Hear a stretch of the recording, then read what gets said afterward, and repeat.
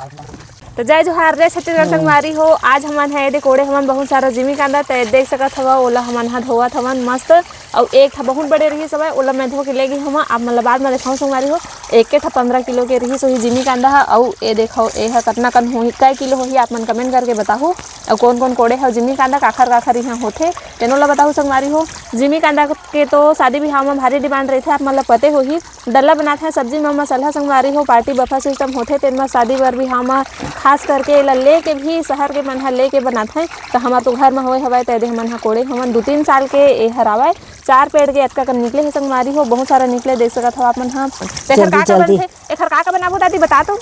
हमार संगवारी मन ला बरी बनाबो